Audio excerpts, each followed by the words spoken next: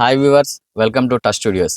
ఈరోజు మనతో ఒక సామాజిక వర్గానికి క్రిస్టియానిటీకి సంబంధించినటువంటి ప్రముఖ బోధకుడు పాస్టర్ అయినటువంటి ఏలియా గారు మనతో ఉన్నారు. ఏలియా పాస్టర్ గారి మాటల్లోనే అసలు క్రిస్టియన్స్ మీద జరుగుతున్న దాడులు ఏ విధంగా ఉన్నాయి, క్రిస్టియన్సే సెల్ఫ్ గోల్ చేసుకుంటున్నారా, క్రిస్టియన్సే కావాలని ట్రోల్స్ చేసుకొని జనాలలో ముందుండాలని చూస్తున్నారా అనేది ఏలియా పాస్టర్ గారి మాటల్లోనే తెలుసుకుందాం. నమస్తే అండి. నమస్తే. బాగున్నారా? బాగున్నామండి. ఒక్కసారి మళ్ళీ ఇప్పుడు ఏమన్నారు, మళ్ళీ ఒకసారి అనండి. Praise the lord. Praise the lord. Praise the lord అంటే దేవునికి స్తుతి చెల్లించటం. ఏ దేవుడు? దేవుడు అంటే యేసు ప్రభు. యేసు ప్రభు ఒక్కడే దేవుడు అంటారా? యేసు ప్రభు ఒక్కడే దేవుడు అని మేము అనుకుంటున్నాం. ఎందుకట్లా అంటే మిగిలిన దేవుళ్ళు కాదు, వాళ్ళని దేవుళ్ళు గారనే పని మాది కాదు, కానీ మాకున్నటువంటి విశ్వాసం యేసుక్రీస్తుని మాత్రమే దేవుడుగా అంగీకరించి మేము యేసు ప్రభుని మాత్రమే. సో మీ దృష్టిలో ప్రైజ్ ద లార్డ్ అంటే ఓన్లీ యేసుక్రీస్తుని పూజించు అనటమే అర్థం. పూజించడం అంటే స్తుతి చెల్లించటం. అదే మీ దాంట్లో సృష్టించుతా, మా దాంట్లో నమస్కారం వందనాలు అని కూడా అనవచ్చు, తప్పేమి కాదు. అదే అనొచ్చుగా. ప్రైజ్ ద లార్డ్ అని ఎందుకన్నారు? అది అలవాటుని బట్టి. మీరు అన్న ప్రైజ్ ద లార్డ్ తిరిగి నేను అంటానికి రెడీగా ఉన్నా. నేనన్న మాట మీరు అంటారా తిరిగి? నాకు అంగీకారంగా ఉంటే అనవచ్చు, అంగీకారంగా లేకపోతే అనకపోవచ్చు. ఎందుకట్లా? ఇప్పుడు అంతరాత్మ అనుసారంగా మనం ప్రవర్తిస్తాం. ఇప్పుడు మనకంటూ ఒక ఇష్టం, మనకంటూ ఒక మనసు ఉంటుంది, అయితే దానికి విరుద్ధంగా ప్రవర్తించలేము. బట్టి మనకు అంగీకారం. మీ దృష్టిలో దేవుడు ఒక్కడే, అతను ఓన్లీ జీసస్. ఓకే, గుర్తుంచుకోండి ఈ పాయింట్. మళ్ళీ మనం ఇంటర్వ్యూ మధ్యలో మళ్ళీ ఒకసారి మాట్లాడుకుందాం దీని గురించి. సరే, ఓకే. అసలు విషయానికి వస్తే మీ పేరేంటి? నా పేరు ఏలియా. ఏలియా. ఏలియానా ఎల్లయ్యనా? ఏలియా. ఓకే. మీ నాన్నగారి పేరు? లక్ష్మీ నర్స్. లక్ష్మీ నర్స్. నర్స్ అంటే నర్స్ అంటే నర్స్ అయ్యానా? నర్సా? లక్ష్మీ నర్స్. లక్ష్మీ నర్స్. పూర్తి పేరు చెప్పండి. పూర్తి పేరే ఎజ్జు లక్ష్మీ నర్సు. లక్ష్మీ నర్సు. నర్సు. మీ తాతగారి పేరు? మా తాతగారి పేరు అంటే నరసయ్య. నరసయ్య. మీరు కన్వర్టెడ్ క్రిస్టియనా, బై బర్త్ క్రిస్టియనా? నేను బర్త్ క్రిస్టియన్. Birth Christian. మీ నాన్నగారు? మా నాన్నగారు కన్వర్టెడ్ క్రిస్టియన్. సో మీరు కన్వర్టెడ్ కాదు? కాదు, మీరు బర్త్ క్రిస్టియన్. మీ వంశపారపర్యం? వంశపారపర్యం అంటే ఇప్పుడు మా నాన్నగారి టైంలో మా నాన్నగారు క్రిస్టియన్ గా ఆయన ఉన్నాడు కాబట్టి నేను క్రిస్టియన్ సంబంధించినటువంటి పేరు. సో మీ నాన్న కన్వర్టెడ్ క్రిస్టియన్, మీరు మాత్రం అసలైన క్రిస్టియన్. నేను బర్త్ నుంచి క్రిస్టియన్. అదే అంటున్నా, మీరు బర్త్ క్రిస్టియన్ అంటున్నారు కాబట్టి మీరు అసలైన క్రిస్టియన్, మీ నాన్నగారు కన్వర్టెడ్ క్రిస్టియన్, మీ తాతగారు హిందూ. వాళ్ళ విషయాలు మనకు తెలియదు. వాళ్ళ విషయాలంటే ఇప్పుడు మీ నాన్నగారి తర్వాత మీ తాతగారే కదా. అవును, బయట వ్యక్తిలాగా మాట్లాడుతున్నారు. మా నాన్నగారు వరకు నాకు తెలుసు, మా తాతగారు అంటే నేను చూడలేదు. మీ తాతగారు ఇప్పటికి కాలం చెల్లారా, బతికే ఉన్నారా? నేను చూడలేదు అసలు మీ తాతగారిని చూడలేదు పుట్టినప్పటి నుండి. ఎందుకట్లా? చనిపోయారు. ఓకే. మీ నాన్నగారు కన్వర్ట్ అయ్యాక మీరు ఒక క్రిస్టియన్ గా పుట్టారు. నేను క్రిస్టియన్. ఇప్పుడు మీ నాన్నగారి పేరు లక్ష్మీ నర్స్. ఓకే. లక్ష్మి అనేది ఏ సామాజిక వర్గానికి సంబంధించిన పేరు? లక్ష్మి అని అంటే మామూలుగా హిందూ దాంట్లో ఉంటాయి, ఎక్కువ శాతం హిందూ దాంట్లో. సో మీ నాన్నగారు హిందూ మొత్తానికి. మా తాతగారు హిందూ కాబట్టి హిందూ సామాజిక వర్గం నుంచి హిందూ దేవులను ఆరాధించేవాడు కాబట్టి మా నాన్నగారి పేరు అట్లా పెట్టుండొచ్చు. అయితే మా నాన్నగారు కన్వర్ట్ అయ్యారు కాబట్టి నాకు ఆ పేరు పెట్టలేదు. ఓకే. మీరు ఒక పాస్టర్ గా ఎన్ని సంవత్సరాల నుంచి ఉన్నారు? 26 సంవత్సరాలు. 26 సంవత్సరాలు. మీ టార్గెట్ రీచ్ అయ్యారా? టార్గెట్ ఏముండదు దీనికి. టార్గెట్ ఏముంటది? టార్గెట్ మీన్స్ అర్థమైందా మీకు? టార్గెట్ అంటే అర్థం కాదు. టార్గెట్ ఏముంటది దీంట్లో? టార్గెట్ ఒకసారి బాగా గుర్తు తెచ్చుకోండి. టార్గెట్ అంటే మాకు టార్గెట్ ఏముండదు. టార్గెట్ ఏముండదు. ఇప్పటి వరకు మీరు 26 సంవత్సరాల్లో ఎంతమంది హిందూస్ ని క్రిస్టియన్స్ లోకి మార్చారు? హిందూస్ ని క్రిస్టియన్స్ లోకి మార్చడం కోసం మేము పనిచేయట్లేదు. నేను ఒక పాస్టర్ గా యేసుక్రీస్తు ప్రభుని గురించి ప్రకటిస్తూ ఉన్నాం. యేసుక్రీస్తు దేవుడు, ఆయన దేవుని యొక్క కుమారుడు అని మనం దాన్ని ప్రకటిస్తా ఉన్నాం. ఆ క్రమంలో ఒక్క నిమిషం. యేసుక్రీస్తు దేవుడా, దేవుడి యొక్క కుమారుడా? దేవుని కుమారుడు. సో మీకు ఎంతమంది దేవుళ్ళు? దేవుడు ఒక్కడే. మరి దేవుడు కుమారుడు? దేవుని కుమారుడు కనుక దేవుడు. ఇప్పుడు వెయిట్ దేవుడు కుమారుడు ఎవరు? యేసుక్రీస్తు. దేవుడేనా? దేవుడే. మరి మీరంటున్నా ఇంకో దేవుడు ఎవరు? వాళ్ళ నాన్న ఎవరు? యెహోవా దేవుడు. ఆయన కూడా దేవుడే కదా. ఆయన మనం ఆయన్ని చూడలేము కాబట్టి ఆయన మనకు కనపడడు. దేవుడా కాదా? దేవుడే. మరి ఒక్కలే దేవుడు అని ఎట్లన్నారు? దేవుని కుమారుడుగా యేసుక్రీస్తు ఈ భూమి మీద జన్మించాడు. ఆయన మనకు కనపడ్డాడు ఈ భూమి మీద. ఆయన ఒకటండి, మీ గ్రంథంలో ఉంది, మీ బైబిల్లో ఉంది, దేవుడు కుమారుడు యేసు ప్రభు. అవును. ఓకేనా? అవును. ఫస్ట్ పాయింట్ అది. అవును. దేవుడు కుమారుడు యేసు ప్రభు అయినప్పుడు మీరే ఒప్పుకున్నారుగా, దేవుడు కుమారుడు అంటే దేవుడు అని ఒప్పుకున్నారుగా ఆల్రెడీ మీరు. దేవుడు ఒక వ్యక్తిని దేవుడుగా మీరు అంగీకరించారు. అవును. దేవుడు కుమారుడు ఏమైతాడు? దేవుని కుమారుడు దేవుడు అవుతాడు. దేవుడు అవుతాడు. అప్పుడు మీకు ఇద్దరు దేవుళ్ళు ఉండాలి కదా. ఎవరు? మీకు దేవుడు వేరు, దేవుని కుమారుడు వేరు కాదు. దేవుడు వేరు, దేవుడు కుమారుడు వేరు ఎట్లా కాకుండా ఉంటారు? ఇప్పుడు ఏలయ్య వేరు, ఏలయ్య పాదం లక్ష్మీ నరసు వేరు కాదు కదా, వేరే వేరే కదా. అవును. మరి అయితే ఇప్పుడు మా నాన్నగారిని ఈ సమాజం చూసింది, ఇప్పుడు నన్ను ఎగ్జాంపుల్ ఈ సమాజం చూసింది. వినాయకుడు శివుడు వేరు వేరు, తండ్రి కుమారుడు వేరు వేరు, రాముడు లక్ష్మణుడు వేరు, ఒకటే కావచ్చు, శరీరాలు వేరు, వాళ్ళ భావాలు వేరు ఉండొచ్చు, శరీరాలు వేరు, వాళ్ళందరూ ఫైట్ చేసింది ఒకటే దానికోసం, లోక కళ్యాణం కోసం. అది హిందువుల సాంప్రదాయం. ఓకే, అది పక్కన పెడితే మీ దాంట్లో జీసస్ వేరు, దేవుడు కుమారుడు వేరు అంటారు. దేవుడికి పుట్టిన అతను కూడా కుమారుడు దేవుడే అంటున్నారు. అలాంటప్పుడు మీకు ఇద్దరు దేవుళ్ళు కావాలి కదా. దేవుడు అనే అటువంటి యెహోవా దేవుడు ఆయన శరీరధారి కాదు. యెహోవా దేవుడా కాదా? యెహోవా దేవుడు. దేవుడు. అయితే ఆయన జీసస్ ఎవరు? దేవుని కుమారుడు. యేసు దేవుడు కాదు. దేవుడే. దేవుడు కాదు, కుమారుడు అంతే. యేసు క్రీస్తు ఈ భూలోకంలో దేవుడుగా చూడగలిగినటువంటి వ్యక్తి యేసు ప్రభు. అయితే తండ్రి అయినటువంటి నేను అడిగిన దానికే ఆన్సర్ చెప్పండి. యెహోవా ఎవరు? దేవుడు. జీసస్ ఎవరు? దేవుని కుమారుడు. దేవుడు కాదు. దేవుడు. దేవుడేనా? దేవుని కుమారుడు. దేవుడు. దేవుడే కదా. మరి ఇద్దరు దేవుళ్ళు ఉండాలి కదా. ఇద్దరంటే ఇప్పుడు ఇక్కడ నేను అనేది ఏంటంటే దేవుడు అనేటువంటి యెహోవా ఎవరైతే ఉన్నాడో ఆయన శరీరధారి కాదు. ఆయన మరి సర్వాంతర్యామి, శరీరధారుడు కాదు, సర్వం శరీరధారుడు కాదు అన్నప్పుడు మరి అతను దేవుడి లిస్ట్ నుంచి తీసేయచ్చు కదా. దేవుడు కాదు అనుకోవచ్చు కదా మీరు. మరి దేవుడు కుమారుడు దేవుడు నిరాకారుడు, దేవుడు కనపడేవాడు కాదు, దేవుడు సర్వాంతర్యామి, సర్వంలో ఉంటాడు. ఈ దేశంలో ఆ దేశంలో ఒక దేవుడు ఉన్నట్టుగా ఉండదు. సర్వ సృష్టికి రాజు అయి ఉన్నాడు అని అంటే పరిపాలించేవాడు రాజు అంటే. అంటే సర్వ సృష్టిని పరిపాలిస్తున్నటువంటి వాడు దేవుడు. అయితే మనం చూడాలి అనుకున్నప్పుడు యేసు ప్రభువుగా కుమారుడుగా ఈ భూమి మీద జన్మించాడు. మనం యేసు ప్రభువుని చూస్తున్నాం, మేము ప్రార్థన చేస్తున్నాం. ప్రార్థన చేస్తున్నప్పుడు మేము చూసినటువంటి వ్యక్తి ఎవరు? యేసు ప్రభు. అయితే దేవునికి ప్రార్థన చేస్తూ ఆయన పంపినటువంటి యేసు క్రీస్తు ద్వారా మా ప్రార్థన, మా విజ్ఞాపనలు దేవునికి సమర్పించినట్టు. ఇప్పుడు యెహోవాకి శరీరం అనేది లేదు, జీసస్ కి శరీరం అనేది ఉంది. ఇప్పుడు వీళ్ళిద్దరు ఇట్లా ఎవరికి చావు లేదు? ఎవరిద్దరికి? యెహోవాకి గానీ యేసు ప్రభుకి గానీ ఇద్దరిట్లో ఎవరికి చావు లేదు, మరణం అనేది లేదు. మరణం అనేది దేవునికి మరణం అనేది లేదు. దేవుని కుమారుడు మరణం లేదు అంటున్నాను. ఎవరికి లేదు, ఎవరికి లేదు, ఎవరికి లేదు. జీసస్ బతికే ఉన్నాడా? జీసస్ ఈ భూమి మీద జన్మించి ఆయన మరణించి తిరిగి లేచి దేవుని దగ్గరికి వెళ్ళిపోయాడు. ఆయన ఎక్కడ దేవుడు? ఒకటే దేవుడు కదా ఉంది. అవును. దేవుడే దేవుడు కాడికి పోయిండు అంటే మరి ఆ దేవుడు ఎవరు? ఇంకో దేవుడు. ఇంకో దేవుడు. నా పాయింట్ అర్థమవుతుందా? అర్థమవుతుంది. ఇక నేను దానికి ఒక క్లియర్ క్లారిఫికేషన్ ఇస్తాను. దేవుడు సర్వాంతర్యామి, సర్వ సృష్టిలో ఉన్నాడు. అయితే ఆయన శరీరధారి కాదు, ఆయన నిరాకారుడు, ఆయన మనం చూడలేము. అయితే ఈ సమాజానికి ఈ భూమి మీద అందరి రక్షణ కొరకై యేసు ప్రభు, సర్వమానవాళ్ళ రక్షణ కొరకై యేసు ప్రభు భూమి మీద జన్మించాడు. భూమి మీద జన్మించినటువంటి వ్యక్తి యేసు ప్రభు కాబట్టి యేసు ప్రభుని మనం చూస్తున్నాం. ఆయన దేవుని కుమారుడుగా జన్మించాడు. మీరు మొదటిగా వస్తారు, దేవుడు కుమారుడు కాదు ఈసుబ్ కుమారుడు అని చెప్పండి. దేవుడు ఎందుకు మరి అంటాం? ఏంటండి? యేసుబ్ కుమారుడు అని చెప్పండి. దేవుడు ఎందుకు అనటం మీరు? భూమి యేసోబు కుమారుడు అంటే యేసోబుకు పుట్టినటువంటి వాడు యేసోబు కుమారుడు. ఆయన యేసోబుకు పుట్టలేదు. దేవుని కుమారుడు దేవుని యొక్క పరిశుద్ధాత్మ శక్తి ద్వారా ఈ భూమి మీద జన్మించాడు. మీరు దేవుడు ఒక్కడే అంటున్నప్పుడు ఇంకో దేవుడికి దేవుడు ఎట్లయితాడు? ఇంకొక దేవుడు లేడు. దేవుడు తండ్రి అయినటువంటి దేవుడు యెహోవా దేవుడు ఒక్కడే దేవుడు. దేవుని కుమారుడుగా భూమి మీద కనపరుచుకున్నటువంటి వ్యక్తి, ఈ భూమి మీద చూసినటువంటిది, చరిత్ర ఆధారంగా ఉన్నటువంటిది యేసు ప్రభు. అందుకోసం మన యేసు క్రీస్తు యెహోవా అనే పాత్ర కల్పితం మాత్రమే అంటారు.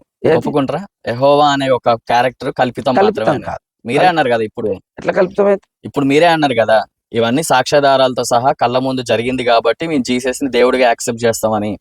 మరి యెహోవా కళ్ళకు కనపడ్డు కదా, దాన్ని మీరు యాక్సెప్ట్ చేయరా? యాక్సెప్ట్ కాదు. దేవుడు యేసు ప్రభు ఈ భూమి మీద మనం కనపడేటువంటి శరీరధారిగా వచ్చినటువంటి వాడు యేసు ప్రభు. ఆయన దేవుని కుమారుడుగా వచ్చాడు. దేవుడు అనేవాడు సృష్టిని మొత్తం సృష్టించినటువంటి వాడు, సృష్టికర్త అయినటువంటి వాడు. ఇప్పుడు నేను మిగతా వాళ్ళ గురించి మాట్లాడడం నా పని కాదు. సృష్టి మొత్తానికి ఆయనే. సృష్టి మొత్తానికి ఆయనే. యెహోవా అనేటైనా కంటికి కనపడి ఒక మనిషి, ఆయనే దేవుడు. ఆయనే దేవుడు. మళ్ళీ దేవుడు అంటారు మీరు. ఎవరో ఒకలే దేవుడు అన్నారు. ఆ ఒక్క దేవుడు ఎవరో మీరు యాక్సెప్ట్ చేయలేకపోతారు. ఆయన ఒక్కడే దేవుడు. యెహోవాయే దేవుడు. ఇప్పుడు మీరు అన్నట్టు కాన్సెప్ట్ లో దేవుడు ఒక్కడే, జీసస్. యెహోవా అనే పర్సన్ కనబడ్డు, ఆ కంటికి కనబడిని ఒక శక్తి అనుకుందాం మీరు అంటున్నారు కాబట్టి. కంటికి కనపడరు కాబట్టి మీరు దేవుడిని యాక్సెప్ట్ చేయరు. ఇప్పుడు ఇదే యేసు ప్రభుకి జన్మనిచ్చిన మరియమ్మ ఎవరు? యేసు ప్రభు తల్లి మరియమ్మ గర్భంలో నుంచి జన్మించినటువంటి వాడు యేసు ప్రభు. మరి మరియమ్మ దేవత కాదా? మరియమ్మ దేవత కాదు, సాధారణ మనిషి. అది ఎట్లా ఆమె కారణం? పరిశుద్ధురాలు, నీతిమంతురాలు.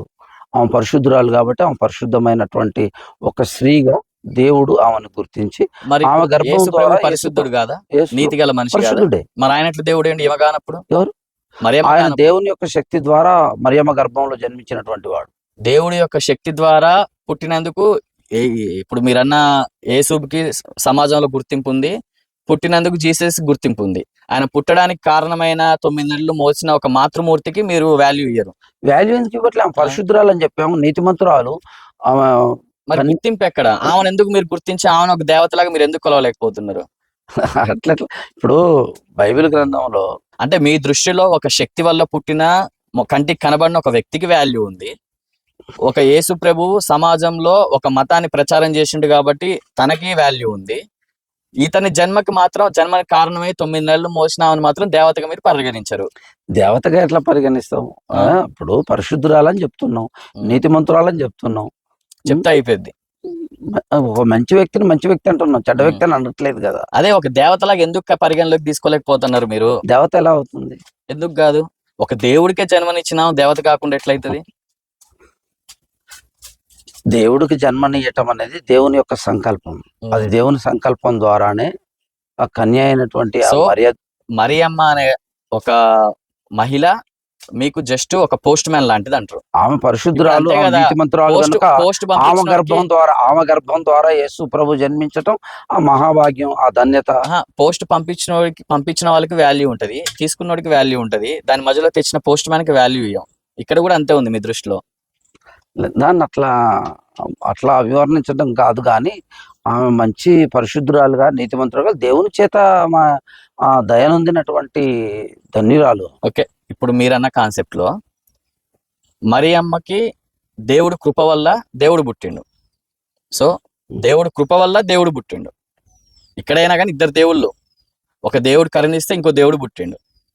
ఏది? క్రిస్టియనిజంలో, మీ క్రిస్టియన్ మతంలోనే ఒక దేవుడు కరుణిస్తే ఇంకో దేవుడు పుట్టిండు. అర్థమైందా? ఒక దేవుడు కరుణిస్తేనే ఇంకో దేవుడు పుట్టిండు. దాని అర్థం ఏంటి? ఒక దేవుడు కరుణిస్తేనే ఇంకో దేవుడు పుట్టిండు. అయితే మీరు అంటున్నటువంటి మాటలో ఇద్దరిని చూపించడం కోసం ప్రయత్నం చేస్తాను. నేను అనేది ఏంటంటే, దేవుడు చూపించడం కాదు, అక్కడ ఉన్నదే చెప్తాను. ఉన్నదే, అదే నేను కూడా ఉన్న విషయాన్ని చెబుతున్నా. ఇప్పుడు తండ్రి అయినటువంటి దేవుడు అంటే ఇప్పుడు యెహోవా దేవుడు, ఆ దేవుని యొక్క సంకల్పం చొప్పున, దేవుని యొక్క శక్తి చేత పరిశుద్ధురాలైనటువంటి కన్య అయినటువంటి మరియ గర్భం ద్వారా యేసు ప్రభు ఈ భూమి మీద జన్మించాడు. మరియమ్మ కన్య అంటే మరియమ్మకి పెళ్లి కాలేదు. సో పెళ్లి కాలేదు. మీ మాటకే వస్తా. దేవుడు ఒక్కడే దేవుడు. మీ మాటకే వస్తున్నా. మీరు నా మాటకు వస్తారా? అంటే మీ మాట ఏదైతే దేవుడు ఒక్కడే అంటున్నారో, మీ క్రిస్టియన్ సమాజం గురించే. లేదు, క్రిస్టియన్ సమాజంలో ఇద్దరు దేవుళ్ళ నేనంట. క్రిస్టియన్ సమాజంలో ఇద్దరు, ఇప్పుడు ఒక వ్యక్తి మీరు అన్నట్టు ఒక్కడే నేను ఒప్పుకుంటా. దానికి తోడు నేనన్న మాట కూడా మీరు ఒప్పుకుంటారా? దేవుళ్ళు ఇద్దరు అంట. మీ క్రిస్టియన్ సమాజం లేదు అనట్లేదు, యేసుక్రీస్తు దేవుడు కాదు అనట్లేదు. యేసుక్రీస్తుతో పాటు ఇంకో దేవుడు, ఇద్దరు దేవుళ్ళు లేరు.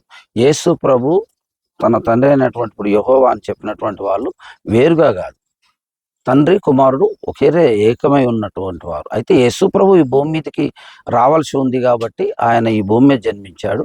ఇప్పుడు ఈ భూమి మీద యేసు ప్రభు జన్మించి ఆయన క్లారిటీ ఈ చాప్టర్ ని నేను ఇక్కడతో క్లోజ్ చేద్దాం అనుకుంటున్నాను, ఎందుకంటే చాలా లాంగ్ అవుతుంది. ఒకటే క్లారిటీ, యేసుక్రీస్తు ఎవరు? యేసుక్రీస్తు దేవుని యొక్క కుమారుడు. ఒకటే, యేసుక్రీస్తు ఎవరు? దేవుడు. యేసుక్రీస్తుని పుట్టించింది ఎవరు? దేవుడు. మీరు ఇక్కడ ఎన్ని దేవుళ్ళు చెప్పారు? యేసుక్రీస్తు ఒకటే. ఎన్ని దేవుళ్ళు చెప్పారు? ఎవరు? మీరు. యేసుక్రీస్తు తన తండ్రి అయినటువంటి దేవుడు ఎవరి ద్వారానైతే వచ్చాడో ఆయన ఇద్దరు వేరుగా కాదు. ఈ భూమి మీద మనకు కనపరచడం కోసం యేసుక్రీస్తుగా జన్మించాడు కనుక మనం యేసుక్రీస్తుని చూస్తున్నాం. తండ్రి అయిన దేవుడు, నేను ఫస్ట్ నుంచి చెప్తుంది అదే, ఆయన మన కంటికి కనపడేటువంటి వాడు కాదు. ఏ దేవుడు కంటికి కనపడ్డు? మీ తరం, మీ తాత తరం, మీరు తాత ముత్తాత తరం, ఇంకో తరం యేసు ప్రభుని చూసారా? మా తాత తరం, మా ముత్తాత తరం చూడలే. యేసుక్రీస్తు ఇప్పుడు క్రీస్తు శకం ప్రారంభించబడ్డది యేసుక్రీస్తు జన్మించిన తర్వాతనే. క్రీస్తు శకం అంటే ఇప్పుడు మనం 2024 యేసుక్రీస్తు జన్మించక ముందు ఉన్న దేవుడు ఎవరు? ఎవరు? యేసుక్రీస్తు జన్మించక ముందు ఎవరు ఉన్నారు మరి? యేసుక్రీస్తు జన్మించక ముందు యేసుక్రీస్తు ఎప్పుడు జన్మించాడు? ఇప్పుడు క్రీస్తు శకం ప్రారంభించబడ్డది అప్పుడే కదా, 2024 సంవత్సరాల క్రిందట యేసు ప్రభు జన్మించాడు. యేసు ప్రభు జన్మించిన కాడ నుంచే యేసుక్రీస్తు నుంచి క్రీస్తు శకం ప్రారంభించబడ్డది. యేసుక్రీస్తు కన్నా గొప్ప వ్యక్తి క్రీస్తు శకానికన్నా ముందు ఉంటే ఆ గొప్ప వ్యక్తి పేరు చెప్పేవారు. లేరు కాబట్టి క్రీస్తు పూర్వం అంటున్నారు. లేదు అంటారు. నేనంటలే, ఇప్పుడు ఉండుంటే నేను అనేది యేసుక్రీస్తు కన్నా గొప్పవాడు ఉంటే క్రీస్తు కన్నా ముందు పలానా ఆయన కాలంలో అని చెప్పేవారు. అంతకన్నా గొప్పవారు లేరు కాబట్టి క్రీస్తుకు పూర్వం ఏ యుగంలో ఉన్నాం? ఇప్పుడు మనం ఏ యుగంలో ఉన్నాం? ఏ యుగం అంటే కలియుగంలో ఉన్నాం. కలియుగం. కలి అంటే ఏంది? నాకు ఐడియా లేదు దాని గురించి. మరి క్రీస్తు యుగంలో ఎందుకు లేదు చెప్పట్లేదు మీరు? క్రీస్తు ఒక్కడే కదా దేవుడు. అవును, కలియుగం బదులు క్రీస్తు యుగంలో ఉన్నామని చెప్పొచ్చు కదా. క్రీస్తు యుగంలో అంటే ఇప్పుడు ఆ ప్రభు యొక్క క్రీస్తు ఒక్కడే దేవుడు, జీసస్ ఒక్కడే దేవుడు అప్పటి నుండి ఇప్పటిదాకా. నేను దానికి ఒప్పుకుంటా యాక్సెప్ట్. అర్థమవుతుందా? అలాంటప్పుడు క్రీస్తు యుగం అనకుండా కలియుగం అని ఎందుకు వచ్చింది? ప్రాచీన యుగం అని ఎందుకు వచ్చింది? పూర్వ యుగం అని ఈ యుగాలన్నీ ఎందుకు వచ్చినాయి? క్రీస్తు యుగం, ఓల్డ్ క్రీస్తు, పాత క్రీస్తు యుగం, కొత్త క్రీస్తు యుగం, అట్లా పేర్లు మార్చుకోవచ్చు కదా మీరే. అది మేము మార్చుకోవడం మా పని కాదు. క్రీస్తు యుగం అని మీరే ఒకటి క్రియేట్ చేసుకున్నారు కదా, క్రీస్తు శకం అని. చరిత్ర అది క్రీస్తు శకం నేనంటే సరిపోద్దా? ఇప్పుడు మీరు ఒక బాండ్ పేపర్ రాయాలనుకుంటారు, ఏమని రాస్తారు? ఆ క్రీస్తు శకాన్ని ఇప్పటికి ఎందుకు మార్చారు? క్రీస్తు శకం నుంచి తీసేసి ప్రాచీన యుగం, లేకపోతే ఇంకా పురాతన యుగం, లేదు అంటే కలియుగం, ఇవన్నీ ఎందుకు వచ్చినాయి? అవి వచ్చింది, అవి మనం పెట్టింది కాదు, అది మనం మార్చింది కాదు, అది క్రైస్తవులు మార్చింది కాదు. నేను అంటున్నటువంటి విషయం ఏంటంటే యేసుక్రీస్తు గొప్పవాడు కాబట్టి క్రీస్తు శకం ప్రారంభించబడ్డది. క్రీస్తు శకానికన్నా ముందు గొప్పతనం ఉన్నటువంటి వ్యక్తులు ఉంటే ఆ వ్యక్తి పేరు చెప్పేవాళ్ళు. అంత యేసుక్రీస్తు కన్నా గొప్పవాడు లేడు కాబట్టి క్రీస్తుకు పూర్వం అన్నారు. ఇప్పుడు యేసుక్రీస్తు పుట్టక ముందు గొప్ప వాళ్ళు ఎవరు లేరు, గొప్ప దేవుళ్ళు ఎవరు లేరంటే ఉంటే నేను అనేది వాళ్ళు ఇప్పుడు క్రీస్తుకు పూర్వం అనకుండా పలానా వ్యక్తి అని సంబోధించేవారు కదా. క్రీస్తు కన్నా పూర్వం అని మీరు పెట్టుకున్నారు. క్రీస్తు ముందు, పుట్టిన తర్వాత, మీరు ఏ పుస్తకంలో చూడండి. మీరు ఎట్లున్నారో తెలుసా? ఒక దాన్ని ఏమంటారు, ఒక యాడ్ ఉంటది, ఈ ప్రోడక్ట్ మా ప్రోడక్ట్ వాడిన తర్వాతకి మా ప్రోడక్ట్ వాడక ముందు అన్నట్టుంది మీరు చెప్పింది. అట్లా మీరు లావు తగ్గాలనుకుంటున్నారా? మా ప్రోడక్ట్ తగ్గక ముందు 60 కేజీలు, మా ప్రోడక్ట్ వాడాక 30 కేజీలు అన్నట్టుంది మీది. అయితే అది మనం పెట్టింది. ఇప్పుడు మనం బుక్స్ చదువుతున్నాం, బుక్స్ చదువుతున్నటువంటి బుక్స్ లో మనం ఏ బుక్స్ లో అయినా చదివినప్పుడు క్రీస్తు పూర్వం అని కానీ క్రీస్తు శకం అని కానీ రాస్తారు. అట్లా రాయండి అని మనం చెప్తే రాశారా? కాదు కదా, రాసింది మీరే కదా. ఎందుకైతే రాసింది ఎవరు? అది బైబిల్ గురించి మాట్లాడలేని ఏ బుక్ లోనైనా ఏదైనా ఒకటి రాసేటప్పుడు క్రీస్తు శకం క్రీస్తు పూర్వం అని రాస్తూ ఉంటాం. మనం చదువుతా ఉన్నాం, పుస్తకాలు చదువుకున్నాం కాబట్టి మనం బుక్స్ చదివేటప్పుడు దాంట్లో ఉంటది. మరి క్రీస్తుకు పూర్వం అని క్రీస్తు పేరుని సంబోధించకుండా మరొక గొప్ప వ్యక్తి ఉంటే, నేను అనుకుంటున్నమాట, గొప్ప వ్యక్తి ఉంటే ఆ గొప్ప వ్యక్తి పేరు అని క్రీస్తుకు పూర్వం పలానా ఆయన కాలంలో రాసేవారు కదా. ఎందుకు లేదు? రామరాజ్యం తర్వాతకి రామరాజ్యం ముందు అని కూడా ఉన్నాయి కదా. ఎక్కడ లేవా బుక్స్ లలో? చూపించండి నాకు. ఎక్కడ లేవు. మేము చదువుకున్న బుక్స్ లో, ఇప్పుడు నేను 10th క్లాస్ వరకు చదువుకున్నా, నేను చదువుకున్న బుక్స్ లో అట్లా ఎక్కడ మరి రాసినట్టుగా ఎక్కడ లేవు. నేనైతే రామరాజ్యం తర్వాతకి రామరాజ్యం ముందు అనేది ఎక్కడ లేవు. అట్లా లేదు. లోక కళ్యాణం ముందు లోక కళ్యాణం తర్వాత అనేది ఎక్కడ లేదు. అది కొన్ని బుక్స్ లో ఉండవచ్చు కాదు, ఉన్నాయా లేవా? ఇప్పుడు లోక కళ్యాణం తర్వాతకి లోక కళ్యాణం ముందు అనేది ఉన్నాయా లేవా? వేరే వాళ్ళ మాటల్లో కొంతమంది ఉచ్చరిస్తారు. ఎట్లా చెప్తున్నారు మీరు? క్రీస్తు శకం క్రీస్తు పూర్వం ఉండేది లోక కళ్యాణం, ఇది మాత్రమే ప్రతి బుక్ లో ఉంటది. ఏది నేను చెప్పేటువంటి ఇప్పుడు క్రీస్తు శకం క్రీస్తు పూర్వం అనేది ప్రతి బుక్ లో ఉండేలాగా మీరు క్రియేట్ చేశారు. మేము క్రియేట్ చేస్తే అట్లా 5th క్లాస్ పిల్లగాడికో లేకపోతే 3rd క్లాస్ నుంచి క్రిస్టియానిజం గురించి వాటి గురించి మీరు వాళ్ళ బ్రెయిన్లలో ఎక్కియడం కోసం, ఒక మానవుణ్ణి ఒక దేవుళ్ళ క్రియేట్ చేయడం కోసం, ఒక చిన్నతనం నుంచి ఒక గింజని నాటి దాని ఒక వృక్షం చేసే ప్రయత్నంలో ఇదంతా జరుగుతుందని నేను అంటాను. లేదు, క్రిస్టియన్స్ ఎక్కడ కూడా చిన్న పిల్లలకి అట్లాంటి ఒక మతతత్వాన్ని, వేరే ఈ మతం అని ఆ మతం అనేటువంటి విషయాలను ఎప్పుడు కూడా నేర్పలేదు. ఇప్పుడు క్రిస్టియన్స్ మిషనరీస్ ఎవరైతే ఉన్నారో వారు చిన్నపిల్లలను మంచి విద్యావంతులు చేయడం కోసం మిషనరీ స్కూల్స్ కట్టించారు. మాట్లాడదాం, అది కూడా మాట్లాడదాం. హాస్పిటల్స్ కట్టించారు. మాట్లాడదాం. మీరు చేసే మంచి గురించి మాట్లాడదాం, మీరు చేస్తున్న చెడు గురించి కూడా మాట్లాడదాం. ఇంకా చాలా ఉంది. చెప్పండి. నేనేమంటున్నా అంటే, ఇప్పుడు మీరు క్రీస్తు శకం క్రీస్తు పూర్వం రాకముందు వచ్చిన తర్వాతకి అంటారు. నేనేమంటున్నా అంటే, మనం ఉంటున్న కలియుగం, మీరుంటుంది ఇదే కలియుగంలో, నేనుంటుంది ఇదే కలియుగంలో. ఈ కలియుగానికి క్రీస్తు యుగం అని ఎందుకు పేరు లేదు? దేవుడు ఒక్కడే కదా, మరి క్రీస్తు యుగం అనే పేరు ఎందుకు లేదు అంటున్నా. వేరే దేవుళ్ళు లేదు అన్నప్పుడు క్రీస్తు ఒక్కడే ఉండుంటే నేనెందుకు క్రిస్టియన్ కాదు? మీరెందుకు క్రిస్టియను? మీ నాన్న ఎందుకు క్రిస్టియన్ కాదు? మీ తాత ఎందుకు క్రిస్టియన్ కాదు? పోనీ క్రీస్తు ఒక్కడే ఉంటే ఈ కన్వర్టిజం అనేది ఎందుకు? కన్వర్టిజం అనేది ఎందుకు అని మీ నాన్నగారు ఒకవేళ మీరు కూడా కాదు, మీ తప్పేం లేదు, మీ నాన్నగారిదే తీసుకుందాం. జీసస్ ఒక్కడే ఉండుంటే మీ నాన్నగారు పుట్టడమే మీలాగా ఒక క్రిస్టియన్ లాగానే పుట్టాలి కదా, మరి ఎందుకు హిందూలాగా పుట్టి కన్వర్ట్ అయ్యిండు? మీ తాతగారైనా డైరెక్ట్ క్రిస్టియన్ గానే పుట్టాలి కదా, ఎందుకు కన్వర్ట్ అయ్యిండు? ఇప్పుడు మనం ఈ సమాజంలో అన్ని విషయాలను పరిశీలన చేస్తాం. మీరు మ్యానిపులేటెడ్ గా సమాజం చెప్పొద్దు. సమాజం మొత్తం గురించి అడగట్లే నేను. సమాజంతో పోలిస్తే ఒక హిందూ, ఒక ముస్లిం, ఒక క్రిస్టియన్ ఇది పక్కన పెట్టండి, సమాజం గురించి అడగట్లేదు నేను. ఓన్లీ జీసస్ గురించి అడుగుతున్నా. జీసస్ ఒక్కడే దేవుడు అప్పటి నుండి ఇప్పటిదాకా. క్రీస్తు పూర్వం, క్రీస్తు శకం ఒప్పుకుంటా. ఇప్పుడు జీసస్ కాలమే నడుస్తుంది, కలియుగం కాదు, జీసస్ యుగమే అందం, ఒప్పుకుంటా. జీసస్ యుగమే ఉన్నప్పుడు నేనెందుకు క్రిస్టియన్ గా పుట్టలేదు? మీ నాన్న ఎందుకు క్రిస్టియన్ గా పుట్టలేదు? మీ తాత ఎందుకు క్రిస్టియన్ గా పుట్టలేదు? ఏ దేవుడు లేదు కదా. అయితే ఒక విషయం ఏంటంటే, మనం ఏదైనా ఒక విషయాన్ని తెలుసుకున్నప్పుడు, దాన్ని నమ్మినప్పుడు, దాన్ని విశ్వసించినప్పుడు మాత్రమే దాన్ని అవలంబిస్తాం. ఇక అవకాశం ఎక్కడిది? వేరే నమ్మకం ఏంది? దేవుడు ఒక్కడే ఉన్నప్పుడు ఏ దిక్కు లేనప్పుడు ఉన్నోడే దిక్కు అన్నట్టు, ఏ దిక్కు లేనప్పుడు జీసస్ ఒక్కడే దేవుడు అన్నప్పుడు జీసస్ నే నమ్మాలి కదా అందరూ. వేరే దేవుళ్ళు ఎందుకు వచ్చారు? జీసస్సే నమ్మాలి అని అంటే యేసు ప్రభుని గురించి తెలుసుకున్నప్పుడే నమ్ముతాం. ఒక మాట అండి, ఒక మాట. మీ వెనకాల 10 మంది ఉన్నారు, ఓకేనా? అప్పుడు నేను మిమ్మల్ని నమ్మను, 10 మందిని నమ్ముతా. నాకు ఆ 10 మంది లేరు, మీరు ఒక్కలే ఉన్నారు, మిమ్మల్ని నమ్ముతా. ఎందుకంటే నాకు ఏ దారి లేదు. అప్పుడు మీరు అన్నట్టు ఏ దేవుళ్ళు అప్పుడు లేనప్పుడు లెక్క ప్రకారం ఎవరిని నమ్మాలి? ఒకరిని నమ్మాలి. ఎవరు ఆ ఒక్కరు? యేసు ప్రభు. మరి ఆ యేసు ప్రభు నమ్మాలంటే నేను కూడా నమ్మే ఉండాలి కదా, ఎందుకంటే నాకు అప్పుడు ఏ దారి లేదు కదా. ఏ దారి లేదు. సమాజంలో అందరూ అన్ని రకాల ప్రజలు ఉన్నారు. ప్రజలు అన్ని రకాల ప్రజలు ఎక్కడి నుంచి వచ్చారంటున్నా? సృష్టిలో నుండి. సృష్టి ఎవరిది అంటున్నా? సృష్టించబడినప్పుడు సృష్టి ఎవరిది? నాకు అదొక్కటే చెప్పండి. దేవుడు. ఏ దేవుడు? ఏ దేవుడు? మేము చెప్తున్నటువంటి యెహోవా దేవుడు. యెహోవా దేవుడు. మరి నేను ఆ యెహోవాని నమ్మాలి కదా. వేరే దేవుళ్ళు ఎక్కడి నుంచి వచ్చారంటున్నా? వేరే దేవుళ్ళు ఎక్కడి నుండి వచ్చారు అని అంటే, సృష్టించబడిన తర్వాత దేవతలు అనబడిన వారు కొంతమంది వచ్చారంటే బైబిల్. ఏ దేవతలు వచ్చారు? ఏ దేవతలు అనే విషయాన్ని, అది నా హిందూ దేవతల, ముస్లిం దేవతల, క్రిస్టియన్ దేవతల, అది క్లారిటీ ఇవ్వండి. ఏ దేవతలు వచ్చారు? దేవతలు అంటే హిందువులు అయి ఉండవచ్చు, ఆ తర్వాత ముస్లింస్ కూడా ఉండి అయి ఉండవచ్చు వేరు, ఉండొచ్చు వేరు, ఉంది వేరు. వాళ్ళు ఎవరు అనేది ఇప్పుడు మీ బైబిల్ రాసింది కూడా మీరు అనుమానపడుతున్నారా? అనుమానపడట్లేదు. మరి ఉండొచ్చు. దేవతలను పడేవారు అంటే ఫలానా అని పేరు రాయలేదు, కానీ దేవతలను పడేవారు ఉన్నారు అనటందుకు బైబిల్. దేవతలు అంటే ఏ దేవత? వాళ్ళు ఎవరు అనే దాన్ని నేను తెలుసుకోవాలని నేను అనుకోవట్లే. ఎందుకు? నేను యేసు ప్రభు దేవుడిగా అంగీకరించి ప్రభునా. బైబిల్ రాసిన అంగీకరించలేదా?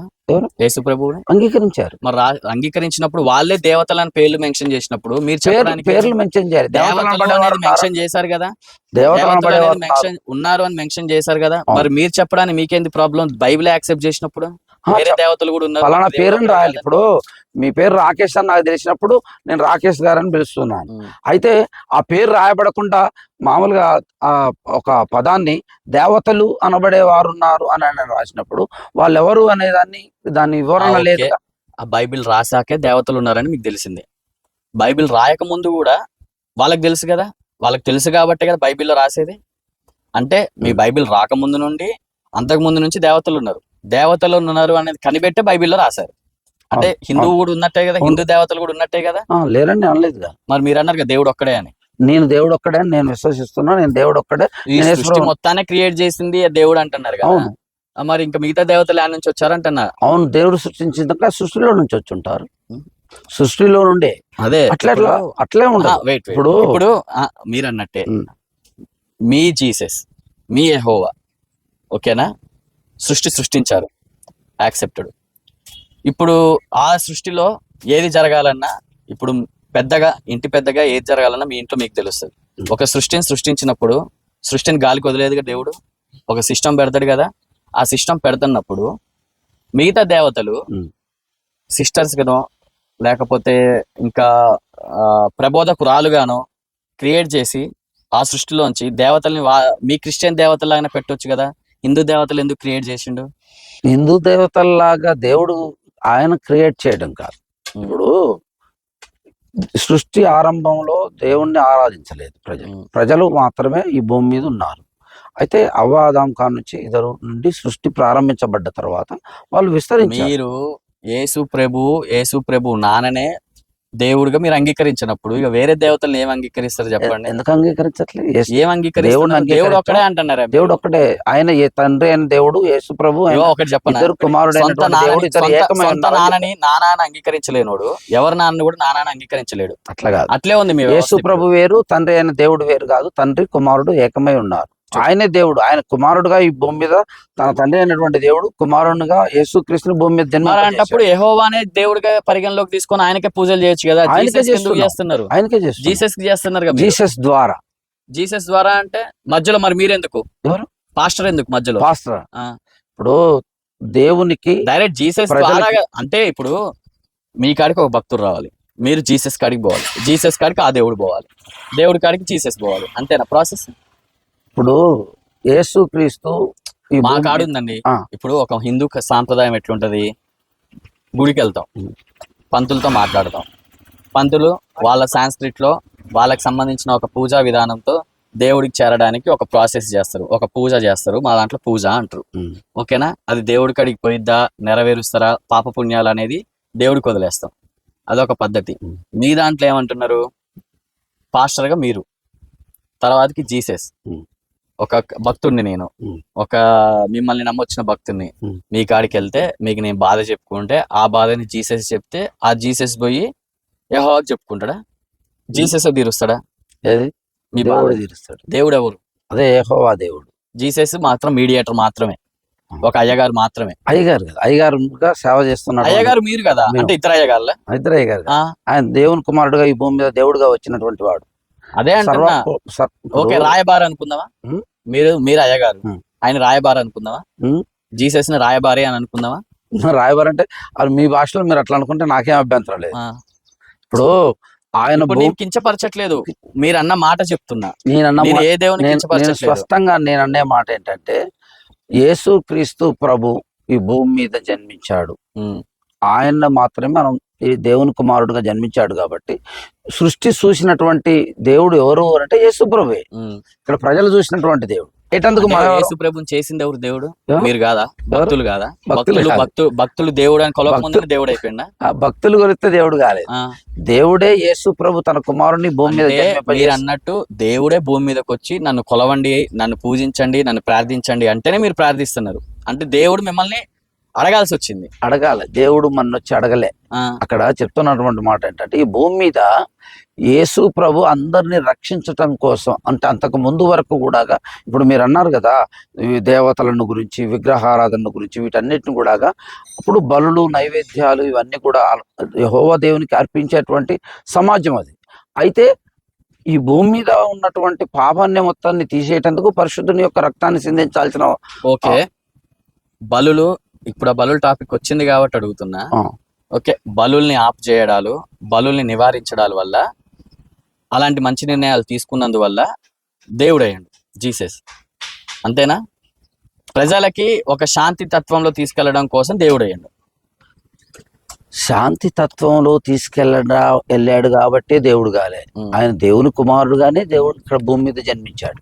ఓకే, మీ దృష్టిలో బలులు ఇవ్వడం తప్పు కదా? ఏది మీ జీసస్ చెప్పినప్పుడు బలులు ఇవ్వడం తప్పు కదా? బలులు అర్పించట్లేదుగా. బలులు అర్పించట్లే, ఏ ప్రాణి బలి తీయట్లేదు. మీరు ఒక పాస్టర్ గా ఏ ప్రాణులు బలి తీయట్లేదు, ఏ ప్రాణుల్ని నష్టపరచట్లేదు, ఏ ప్రాణాలు తీయట్లేదుగా.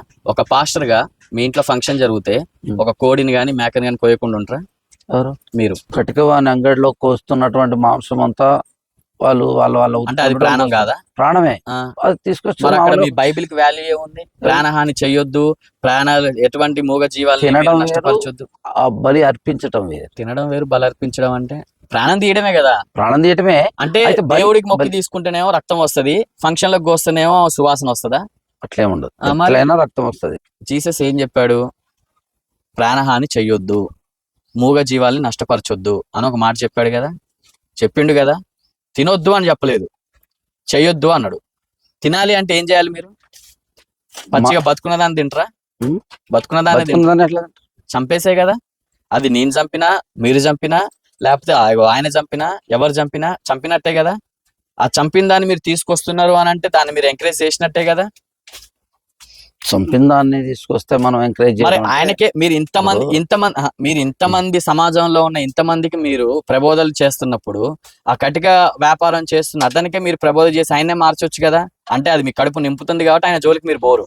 అట్లేం లేదు. ఆ వీళ్ళని మార్చాలనే మాకు టార్గెట్ కాదు, వాళ్ళని మార్చాలనేది ఒక టార్గెట్ ఏం కాదు. ఇప్పుడు మనం సువార్త ప్రకటిస్తున్నాం, దాన్ని నమ్మి విశ్వసించినటువంటి వాడు ఏదైతే ఉన్నాడో ఆ నమ్మినటువంటి వ్యక్తి. నేను అది ఏం జరుగుతుంది అక్కడ, ఎవరు నమ్ముతారు నమ్మట్లేదు అనట్లేదు, మీ గురించే మాట్లాడదాం. మీరు ఒక పాస్టర్, 26 సంవత్సరాల నుంచి ఒక పాస్టర్ వృత్తిలో ఉన్నారు. పాస్టర్ గా చాలా మందికి కళ్ళు తెరిపించారు. మీ దేవుని నేను ఏమనట్లేదు.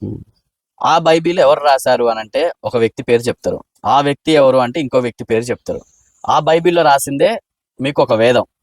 ఆ బైబిల్లో రాశారా లేదా జంతువుల్ని చంపొద్దు అని, రాశారా లేదా? బైబిల్లో జంతువులు చంపొద్దు అని అంటే రాశారా లేదా? అంతే, నాకు ఒకటే చెప్పండి, రాశారా లేదా? బైబిల్లో ఉందా లేదా మూగ జీవుల ప్రాణాలు తీయొద్దు, బలి అర్పించొద్దు అని రాసింది. బలి అర్పించట్లేదు ఇప్పుడు మేము.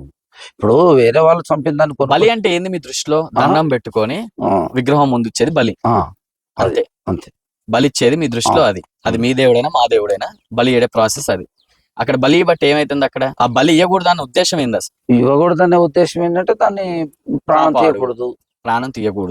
పాయింట్ గుర్తుంచుకోండి, ప్రాణం తీయకూడదు అన్నారు.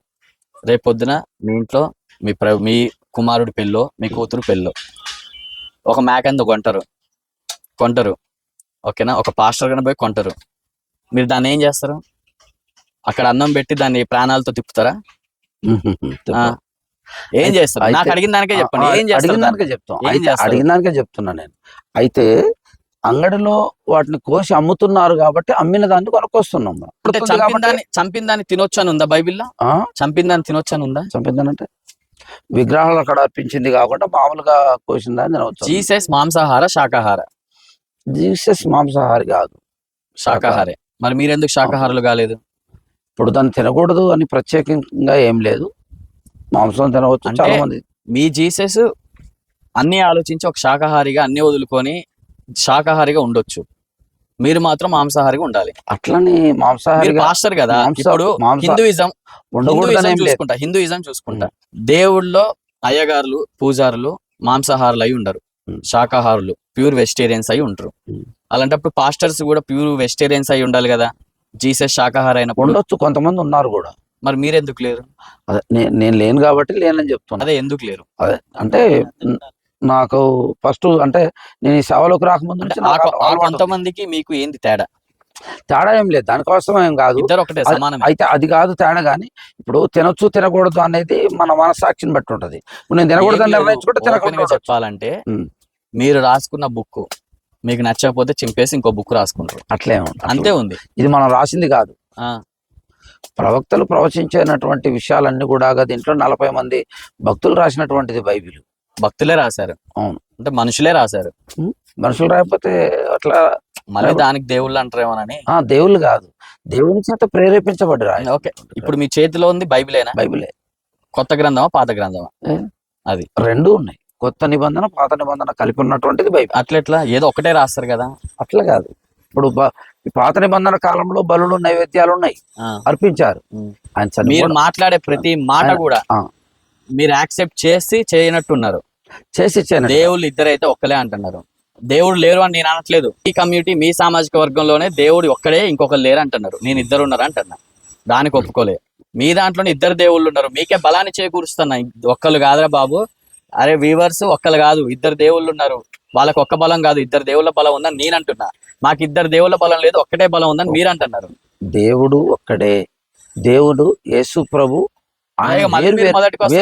మీరు ఎట్లున్నారు చెప్పనా, సొంత నాన్న కాదు అన్నప్పుడు వేరే నాన్నలు కూడా మీరు యాక్సెప్ట్ చేయరు. ఇక దాని గురించి నేను ఆర్గ్యుమెంట్ చేస్తే నేను ఈ కుర్చీకి వాల్యూ ఏమన్నా. ఇంకొక పాయింట్కి వస్తే మరియమ్మ దేవత కాదన్నారు, ఓకేనా? అది కూడా నేను మీ జనాలకే వదిలేస్తున్నా, మా వ్యూవర్స్ కి వదిలేస్తున్నా. మరియమ్మ దేవత ఎందుకు కాదో, మరి పుట్టుకని ఇచ్చినావా 9 నెలలు మోసి ఒక మాతృమూర్తి అయి ఉండి ఆయన్ని పెంచి పెద్ద చేసినావా దేవత కాకుండా, పెరిగిన ఆయన దేవుడు ఎట్లయిపోయిండో అది మీకే వదిలేస్తున్నా. అది మీరు క్లారిటీ ఇవ్వట్లేదు. ప్లస్ క్రీస్తు శకం క్రీస్తు పూర్వం అంటున్నారు.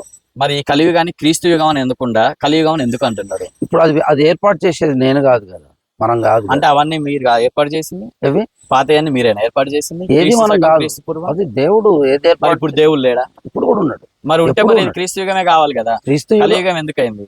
ఇప్పుడు పరిపాలించేటువంటి ఒక పరిపాలన వచ్చినప్పుడు ఆ పరిపాలనలో అధికారం ఉన్నటువంటి వ్యక్తి ఏదైతే చేస్తాడో నేను కూడా అదే. ఏమంటున్నా అంటే బ్రహ్మ ఆ, విష్ణు ఆ, వీళ్ళిద్దరూ కలిసి ఆ, ఒక యెహోవాని పుట్టించి ఆ. ఆయనకు ఒక తలరాత రాసి నీ ద్వారా ఒక వర్గం క్రియేట్ కావాలి, నీ ద్వారా ఒక క్రిస్టియన్ సామాజిక వర్గం క్రియేట్ కావాలని ఆయన తలరాత మీద రాసి ఆయన ఒక దేవుడిగా ఏర్పరిచారని నేను అంటున్నా. ఆ. దాన్ని మీరు యాక్సెప్ట్ చేస్తారా? అట్లా అసలు ఎందుకు యాక్సెప్ట్ చేయరు? మీరు మీ వల్ల మీ మీరు వల్లే సమాజం అసలు ఈ వచ్చినప్పుడు భూమి మీద ఆ బ్రహ్మ విష్ణువుల వల్లనే ఈయన వచ్చిండని నేనంట. అదే ఇప్పుడు వాళ్ళు ఉన్నారు, వాళ్ళు వచ్చారు వాళ్ళ వల్ల అంటే బ్రహ్మయుగం లేదా? బ్రహ్మయుగం కాదండి, భూమిని సృష్టించినటువంటి వాడు దేవుడు. అదే అంటున్నా, భూమిని సృష్టి చేయడానికి కారణమైనోడే బ్రహ్మ విష్ణు, యెహోవాకి పుట్టుక కారణమే బ్రహ్మ విష్ణు అంటున్నా. మీకు మీకు జీసస్ పుట్టుక కారణం, మీకు జీసస్ ఇప్పుడు పుట్టుక కారణం అట్లనే ఏదన్నా చరిత్రలో ఉందా? ఇదని చరిత్రలో ఉందా? ఏది? ఇదని మరి చరిత్ర ఒకటి, జీససే యెహోవానే సృష్టిని సృష్టించినప్పుడు ఈ హిందూస్ ముస్లిమ్స్ అవన్నీ ఎందుకు వచ్చినాయి? నేను గాని మీరు గాని నేను గాని అందరం క్రిస్టియన్కి పుట్టాల్సిందే, పుడుతూనే ఉండాల్సిందే. మరి ఇవన్నీ ఎందుకు వచ్చినాయి? ఎవరు క్రియేట్ చేశారు? సమాజం అంటే మీ యెహోవానే ఎవరినో ఒకరు పుట్టించి నువ్వు హిందువులకు బోరాని తోసిండా? ఆయన ఇందులో బొమ్మను ఎవరితో మరి ఫస్ట్ ప్రజలు సృష్టించబడ్డారు భూమి మీద. భూమిని సృష్టించిన తర్వాత ప్రజలు విస్తరించిన కొద్దీ వాళ్ళు నచ్చిన మార్గంలో వాళ్ళు పోయారు. ఆ నచ్చడాలు నచ్చకపోవడాలు ఎవరి ఆధీనంలో ఉంటాయి? అది ప్రజలు అప్పుడు ఎవరి ఆధీనంలో ఉంటాయి? వాళ్ళు ఏర్పరచుకున్నారు వాళ్ళ ఇష్టానుసారం. ఎవరు వాళ్ళు? వాళ్ళకి అప్పుడు జ్ఞానం ఎవరు లేదు. వాళ్ళు? ఇప్పుడు ఎవరు వాళ్ళు? ప్రజలంటే ఎవరు? ప్రజలంటే ఇప్పుడు భూమి పుట్టిన తర్వాత నుంచి ఉన్నటువంటి ఫస్ట్ మొట్టమొదటి ఆ ప్రజలు మానవుడు ఆదాము అవ్వ. ఆ ప్రజలు మొట్టమొదటి ప్రజలు ఎవరి వల్ల పుట్టారు? దేవుని చే నిర్మించారు. ఏ దేవుడు? దేవుడే యెహోవా. యెహోవా ఎవరు? యెహోవా అంటేనే దేవుడు. దేవుడు. యెహోవా వేరే మనుషుల్ని హిందువులకు పోవడానికి పుట్టించిండా? హిందువుల బొమ్మలు ఆ ఇష్ట కష్టాలు, కష్ట సుఖాలు, ఇష్ట నష్టాలు అన్ని కూడా దేవుడు ఆధీనంలోనే ఉంటాయి కదా. దేవుడు ఏది సాధిస్తే అదే కదా. అంటే మీ దేవుడు శాసించిండా మీరు మార్గం మారండ్రా అని 2 దారులు గీసిండా, 3 దారులు గీసిండా? అట్లయింది. మరి మనకు వచ్చినటువంటి అవకాశాలను బట్టి మనం ఏం చేస్తాం? ఈ రోజు ఏలే పాస్టర్ గారు ఒక నిర్ణయం తీసుకున్నాడు అని అంటే అది దేవుడి నిర్ణయమా కాదా? మీ వ్యక్తిగత నిర్ణయమా? దేవుడు మీతో ఆడిచ్చిన ఒక నిర్ణయమా? అట్లా ఉండదు. ఎందుకు అట్లా ఉండదు అని అంటే, ఈ రోజు నేను ఇక్కడ యాంకరింగ్ ప్లేస్ లో ఉండి మీరు మీ ముందు కూర్చున్నారంటే అది దేవుడి నిర్ణయం అని నేను అనుకుంటా. మీరేమనుకుంటారు? నేను కూడా అట్లా అనుకుంటా. దేవుడి నిర్ణయం అని మీరు అనుకుంటారుగా, మరి అది దేవుడి నిర్ణయం కాదా? ఏది? వాళ్ళు మార్గం మారడానికి. ఒకటండి, నేను ఇప్పుడు క్రిస్టియన్ గా ఇట్లా ఉన్నాను, ఇట్లా ఉండడానికి ఇది దేవుని సంకల్పం నేను విశ్వసిస్తున్నా. ఇష్టానుసారమైన జీవితాన్ని ఒక మాట అడుగుతా, క్లారిటీ చెప్పండి. చెప్పండి. మీ పూర్వీకులు, మీ తాత ఎగ్జాంపుల్ అంటే 3rd జనరేషన్, మీ నాన్నగారి తర్వాతకి మీ తాత హిందూ, మీ తాత కన్నా ముందు ముత్తాత హిందూ, మీ ముత్తాత కన్నా ముందు హిందూ, అట్లా క్రీస్తు పుట్టిన కాలానికి పోయినా గానీ వాళ్ళు హిందువులే అయి ఉంటారు. అంతేనా? అంతే కదా. అంటే క్రీస్తు పుట్టిన తర్వాతకి పుట్టిన ముందు కూడా హిందూస్ ఉన్నారు కదా. మరి లేరని ఎట్లా అంటున్నారు? మీరే ఒప్పుకున్నారుగా ఉన్నారు కాబట్టే మీ తాత హిందూ అయిందని నేను అంటున్నా. నేను యేసు ప్రభు భూమి మీదకి రాకముందు నుంచి, పాత నిబంధన కాలం నుంచి, ఈ భూమి సృష్టించబడ్డ నుంచి, జనం సృష్టించబడ్డ తర్వాత అందరూ 100% క్రైస్తవులు ఉన్నారని చెప్పలే. నేను చెప్తున్నటువంటి ప్రభువుని అంగీకరించిన మీ దేవుడు ఒక్కడే అయినప్పుడు 100% క్రిస్టియన్సే ఉండాలి కదా. హిందూస్ ఎందుకున్నారు అంటున్నా నేను. హిందూస్ ఎందుకంటే అందరూ ఒకే మార్గంలో ఉండరు కదా. ఎందుకుండరండి? ఎందుకుంటారు? ఆయన ఒక సమాజాన్ని క్రియేట్ చేస్తున్నప్పుడు, ఆ దేవుడు ఒక సమాజాన్ని క్రియేట్ చేస్తున్నప్పుడు ఆయన అంటున్నారు కాబట్టి నేను కూడా ఒక మాట చెప్తాను. ఇప్పుడు హిందువులు ఉన్నారు, హిందువులు పుట్టిన వాళ్ళు అందరూ హిందువులనే లేరు. హిందువుల నుంచి వాళ్ళు ఒకళ్ళ ఆ విధానం నచ్చకనో ఇంకోటో వాళ్ళ మార్పు చెంది వాళ్ళు కొంతమంది క్రైస్తవుల్లోకి, కొంతమంది ముస్లిం మతాన్ని, కొంతమంది బౌద్ధ మతాన్ని వేరువేరుగా స్వీకరించినటువంటి వాళ్ళు ఎంతో మంది ఉన్నారు. వాళ్ళు ఎందుకు అట్లా పోయారు? కన్వర్టెడ్ అనేది ఎప్పటి నుంచి స్టార్ట్ అయిన పద్ధతి? అది ఎప్పటి నుంచి అంటే క్రీస్తు పుట్టక ముందు నుంచి కన్వర్టిజం ఉందా? క్రీస్తు పుట్టాక కన్వర్టిజం ఉందా? క్రీస్తు కన్నా ముందు నుంచే దేవుణ్ణి ఆరాధిస్తున్నారు. కన్వర్టిజం గురించి కన్వర్ట్ అంటే ఇప్పుడు వాళ్ళ అంగీకారం ఎప్పటి నుంచో అనేది వాళ్ళ అంగీకారం గురించి మాట్లాడలేదు. ఏ సంవత్సరం నేను వాళ్ళ అంగీకారం గురించి మాట్లాడలేదు, కన్వర్టిజం గురించి మాట్లాడుతున్నా. అవును. కన్వర్టిజం అనేది ఎప్పుడు మొదలైంది? ఫలానా సంవత్సరంలో మొదలైంది అనేది ఏం లేదు, దానికంటూ మొదలు లేదు. ఇప్పుడు ఏ వ్యక్తి ఎప్పుడైనా మార్పు చెందొచ్చు. ఫలానప్పటి నుంచి అనేది అయితే ఫలానా సంవత్సరంలో నుంచే ప్రజలు సంవత్సరం అడగట్లేదు, డేట్ అడగట్లేదు. క్రీస్తు పుట్టక ముందు కన్వర్టిజం అవుతున్నారా, క్రీస్తు పుట్టాక కన్వర్ట్ అవుతున్నారా? నేను అడిగింది అదే, పుట్టక ముందా పుట్టిన తర్వాత చనిపోయాకనా? అట్లేం లేదంటున్నా నేను. యేసుక్రీస్తు కన్నా ముందు దేవుణ్ణి ఆరాధించారు, యేసుక్రీస్తు తర్వాత కూడా దేవుణ్ణి ఆరాధిస్తున్నాం. ఇప్పుడు కూడా ఎప్పుడు ఎట్లా మార్చారు, ఎట్లా మారుతున్నారు అనేది అది దానికి ఏం డేట్ ఏం లేదు. నేను అనేది ఏంటంటే ఎప్పుడైనా మార్పు చెందాలి. ఒక మాట, యెహోవా దేవుడు అనుకుందాం, ఓకేనా? యెహోవానే దేవుడు, సృష్టి మూలానికి యెహోవానే దేవుడు. యెహోవాను పుట్టించింది చరిత్రలో లేదు. యెహోవాను పుట్టించింది స్వయంభవుడు, స్వయంభూ, తనకు తానుగా ఉద్భవించిన వాడిని స్వయంభవుడు. ఉద్భవించడానికి ఒక కారణం ఉంటది కదా, ఉద్భవించడానికి ఒక మూలం ఉంటది కదా. ఆయన దేవుడు కదా. తనకు తానుగా ఎక్కడ ఉద్భవించిండు? ఎక్కడ ఉద్భవించిండు? ఆయన దేవుడుగా సృష్టించక మునుపు నుంచే ఉన్నటువంటి. అసలు సృష్టి లేనప్పుడు, సృష్టించక ముందు ఎక్కడుండు అసలు దేవుడు? ఏంటంటే దేవుడు ఎక్కడుండు? పరలోకంలో ఉండ, అంటే పైన ఉండ, భూమి లోపల ఉండ, గాలిలో ఉండ, ఎక్కడి నుంచి వచ్చిండు, ఉద్భవించిండు? గాలిలో అంటే ఇప్పుడు దేవుడు సృష్టి కాదు, సృష్టి అంతట్లో. నేను యెహోవా పుట్టక ముందు అడుగుతున్నా, నేను యెహోవా పుట్టక ముందు అడుగుతున్నా. యెహోవా పుట్టక ముందు ఏముంది? ఇంకా ఏం లేదు. ఆయన పుట్టడానికి ప్లేస్ ఎక్కడిది మరి? ఏమీ లేనప్పుడు ఎక్కడ పుట్టిండు? ఆయన పుట్టటందుకు ఆయన భూమి ఉండాల్సిన అవసరం లేదు. ఆయన నిరాకారుడు, ఆయన శరీరధారి కాదని చెప్తున్నా నేను. మీకు చెప్తున్న మాట అదే. చీకటి లేదంటారు. చీకటి ఉందా అప్పుడు? ఎప్పుడు? ఆయన పుట్టక ముందు చీకటి అనేది ఉందా? చీకటి ఎక్కడి నుంచి వచ్చింది? ఏమి లేనప్పుడు చీకటి ఉండకూడదు. చీకటి ఉండకూడదు కదా. అసలు ఏమి లేదు అంటే ఏమి లేదంటే అర్థం కదా. చీకటి ఉంది అంటే వెలుతురు కూడా ఉంటది కదా. అయితే ఇక్కడ నేను అడిగిన దానికే చెప్పండి. అడిగిందని చీకటి ఉందా లేదా? దాని మీద నాకు మంచి అవగాహన అయితే లేదు. ఎట్లా అంటే చీకటి అంటే అసలు ఏమి చీకటి మీకే కాదు, అసలు అది లేదు. అది లేదు. ఆ చాప్టర్ అనేది మీకు లేదు, మీ బైబిల్లో కూడా లేదు. మీకు అవగాహన లేకపోవచ్చు. బైబిల్లో రాసిన 40 మంది దాన్ని ఏమంటారు, ఇంటెలిజెన్స్ 40 మంది ఒక ఉద్దాంత పండితులు మా దాంట్లో, మీ దాంట్లో మోస్ట్ సీనియర్ ఎక్స్పీరియన్స్ పాస్టర్స్ రాస్తారు కదా, వాళ్ళకి కూడా లేదు అంటే యెహోవా పుట్టక ముందు క్రిస్టియన్ సమాజం అనేది లేదు. యెహోవా పుట్టక ముందు జీసస్ లేడు. యెహోవా పుట్టక ముందు అసలు యెహోవానే లేడు. యెహోవానే లేడంటే అంతే కదా. సృష్టి లేదన్న దేవుడే ఈ అన్నిటిని కూడా సృష్టించినటువంటి వాడు, సృష్టికర్త. ఆ దేవుడు సృష్టించినటువంటి వాడిని సృష్టికర్త అంటారు. ఆ దేవుడిని సృష్టించినటువంటి వాడిని సృష్టికర్త అంటారు. ఆ సృష్టికర్తను సృష్టించిన సృష్టికర్త లేదంటారా? లేదు. మరి ఆ సృష్టికర్తను సృష్టించడానికి కూడా ఒక సృష్టి కారణమై ఉండాలి కదా. ఆ సృష్టి సృష్టి అసలు ఏం సృష్టి లేదు. సృష్టి లేదు. ఆయనే ఫస్ట్ అంటారు. సృష్టి లేదు. ఆయన వెలుతురులో పుట్టిండో, భూమిలో పుట్టిండో, గాల్లో పుట్టిండో తెలియదు. భూమి లేదుగా. ఓకే, ఒక్కడే దేవుడు అంటున్నారుగా. ఇక్కడ మీ కళ్ళ ముందు కనపడుతున్న సూర్యుడు ఎవరు? పైకి చూడండి ఒకసారి. సూర్యుడు. సూర్య ఎవరు? గోళం. ఓన్లీ గోళమే. సూర్య గోళం. సూర్య గోళం ఎందుకు? జీసస్ గోళం అనొచ్చుగా. జీసస్ గోళం అనొచ్చు కదా. దానికి ఆ పేరు పెట్టేది నువ్వు నేను కాదు కదా. అరే సూర్యగోళం అందరు క్రిస్టియన్సే కండి. పూర్వీకుల నుంచి మీ తాతలు మా తాతలు వాళ్ళు పుట్టక ముందు దాని సూర్యుడు అనే అంటారు. జీసస్ అని ఎందుకని లేదు? అది చెప్పండి నాకు. సూర్యుడు దానికి సాలిడ్ రీజన్ చెప్పండి. ఇప్పటికిప్పుడు ప్రైజ్ ద లార్డ్ అని నేను చెప్పి వెళ్ళిపోతాం. సూర్యుడిని సృష్టించినటువంటి వాడు కూడా దేవుడే. ఏ దేవుడు? ఇప్పుడు ఏ దేవుడు అంటే మాకు వేరే దేవుడు ఉన్నాడని నేను అనుకోవట్లేదు కదా. అదే అండి, ఆ దేవుడి పేరు చెప్పండి. యెహోవాయే దేవుడు. యెహోవానే దేవుడు. యెహోవానే దేవుడు. యెహోవా మాత్రమే దేవుడు. యెహోవా మాత్రమే. యెహోవా మాత్రమే. యెహోవా మాత్రమే. అవును. యెహోవా మాత్రమే. అవును. అవును కదా. యెహోవా మాత్రమే. జీసస్ కాదు. జీసస్ కాదు. దేవుని కుమారుడు అని చెప్పాను నేను ఇంతకుముందే. దేవుని కుమారుడు దేవుడు. దేవుని కుమారుడు కనుక దేవుడు. ఇప్పుడు డైవర్ట్ చేస్తున్నారు. యెహోవా సృష్టించింది మీరన్న ఆ గోళమే అయితే దానికి సూర్యుడు అని పేరు ఎవరు పెట్టారు? దానికి ఆ సూర్యుడు అని పేరు ఎవరు పెట్టారు?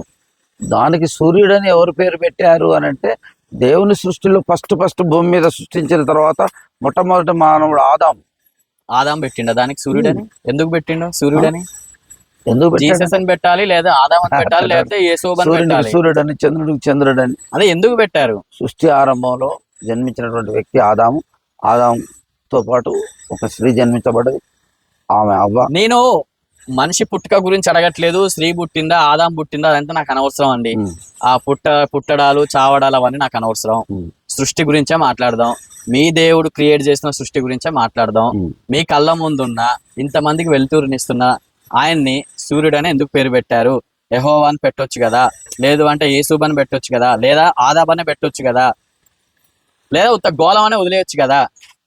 సూర్యుడిగా ప్రకాశిస్తున్నటువంటి వాడు సూర్యుడిని పెట్టాడు.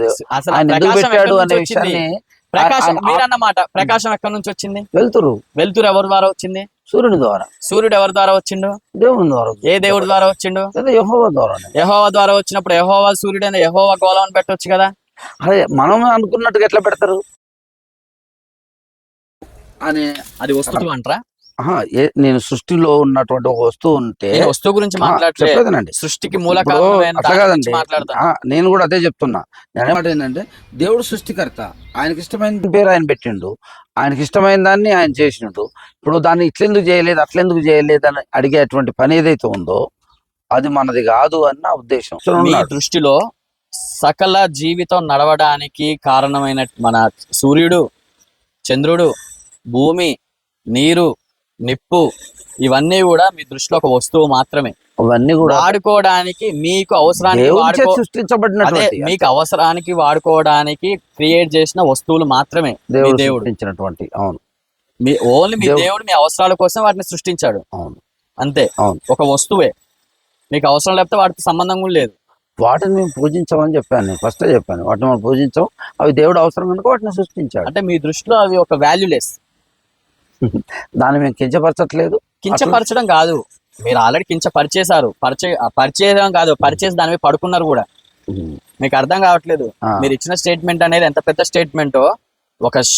ఒక సూర్యచంద్రులు అనే ఒక దేవుడు, భూమాత అనే ఒక భూదేవి, నిప్పు, వీళ్ళందరినీ ఒక హిందువులు దేవతలుగా కొలుస్తున్న సమాజంలో ఇంతమందిలో మీరు ఒక కెమెరా ముందు కూర్చొని అవి మాకు జస్ట్ వస్తువులు మాత్రమే అని ఒక స్టేట్మెంట్ ఇస్తున్నారంటే కామెంట్స్ లో మీరు వీడియో అప్లోడ్ అయిన తర్వాత కామెంట్స్ లలో చూసుకోండి. లేదంటే మీ పాస్టర్స్ కూడా కామెంట్లు పెట్టియండి, ఏం పెట్టిస్తారో చూసుకోండి. అవసరమైతే దీని గురించి మీరు ఏవైతే వస్తువులు అని అంటున్నారో ఆ వస్తువులు కావు, వాటి వల్ల మేము బతుకుతున్నాం అని అనిపించకపోతే మా టచ్ స్టూడియోలో నేను యాంకరింగ్ బంద్ చేస్తాను. ఓకేనా? వెయిట్ అండ్ సీ, చూడండి. ఓకే, ఈ చాప్టర్ పక్కన పెడితే ఇప్పుడు ప్రెసెంట్ ఉన్న కలియుగం, ఇది కలియుగమే కదా. కలియుగమే పడుతుంది, కలియుగమే కదా, కలియుగమే కదా. మళ్ళీ అడుగుతున్నా, అవును జీసస్ యుగం అన్నారు కదా, జీసస్ యుగం అన్నారు కదా, 100% కలియుగమే కదా. మళ్ళీ తర్వాత మాట మార్చొద్దు, కలియుగం. ఓకే, ఈ కలియుగంలో ప్రెసెంట్ మీ క్రిస్టియనిజంలో ప్రెసెంట్ ఇప్పటికి ఈ రోజుకి నడుస్తున్న ఒక పద్ధతులు ఉన్నాయి. అవేంటి మీరు చెప్పమంటారా, నన్ను చెప్పమంటారా? మాకు వేరే పద్ధతులు ఏం లేవు. యేసుప్రభును ఒక దేవుడి గురించి ఎందుకు రోడ్ల మీద తిరుక్కొని చెప్పాలి మీరు? యేసుప్రభు నుంచి ఇప్పుడు తెలియని వాళ్ళకి తెలియజెప్పడం తప్పు ఎందుకు అవుతుంది? చెప్పొచ్చు కదా. ఆయనకు తెలియదని మీకు చెప్పిండా? ఎవరికి తెలియని చెప్పడం అంటే బోర్డు పెట్టుకున్నారా? యేసుప్రభుని గురించినటువంటి పాంప్లెట్స్ ఏమైనా ఉంటే మేము వాటిని మామూలుగా యేసుప్రభు గురించి తెలుసుకోవడం కోసం పాంప్లెట్స్ ఇస్తాం. అయితే వద్దనే వాళ్ళకి మేము నిరాకరించిన వాళ్ళకి బలవంతంగా తీసుకోండి అని చెప్పాం. మేము ఇచ్చాం. ఎందుకు తెలుసుకోవాలి? దేవుడు సర్వాంతర్యామైనప్పుడు దేవుడే తెలుసుకునేలాగా చేస్తారు. మధ్యలో మీరెవరు? తెలుసుకోవడం కోసమే మేము దేవుని ప్రతినిధులుగా. అంటే దేవుడికి ఆ శక్తి లేదంటారా? ఎందుకు మీ దేవుడికి ఆ శక్తి లేదా? ఆయన తెలిసేలాగా చేయొచ్చు కదా. తెలిసేలాగా చేయడం కోసమే ఒక మనిషిని ఎందుకు సెలెక్ట్ చేసుకోవాలంటున్నా. అట్లా తెలిసేటట్టుగా చేయడం కోసమే దేవుడు మాలాంటి కొంతమందిని ఎన్నుకొని మా ద్వారా దేవుడు అవసరం కోసం మీరున్నారు తప్ప మీ అవసరం కోసం దేవుడు లేడు. ఇప్పుడు దేవుడికి నేను అవసరం అంతే. అదే చెప్తున్నా, అదే దేవుడికి మీ అవసరం ఉంది.